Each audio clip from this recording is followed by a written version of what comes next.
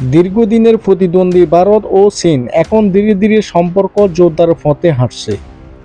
কয়েক বছর আগে সীমান্ত প্রাণঘাতী সংঘর্ষের পর সম্পর্ক তিক্ত হয়ে উঠেছিল। তবে সাম্প্রতিক সময়ে সরাসরি ফ্লাইট চালু, উচ্চ পর্যায়ের সফরের মাধ্যমে আস্থা পুনর্গঠনের চেষ্টা চলছে। আন্তর্জাতিক সূত্র জানাচ্ছে, চীনের পররাষ্ট্রমন্ত্রী ওয়াং ই আগামী সপ্তাহে নয়াদিল্লি সফর করবেন। সেখানে তিনি ভারতীয় জাতীয় নিরাপত্তা উপদেষ্টা অজিত দোভালের সঙ্গে বৈঠক করবেন। আলোচনার প্রধান বিষয় হিমালয় সীমান্তে বিরোধ, যা 2020 সালের রক্তপায়ী সংঘর্ষের পর থেকে অমীমাংসিত রয়ে গেছে।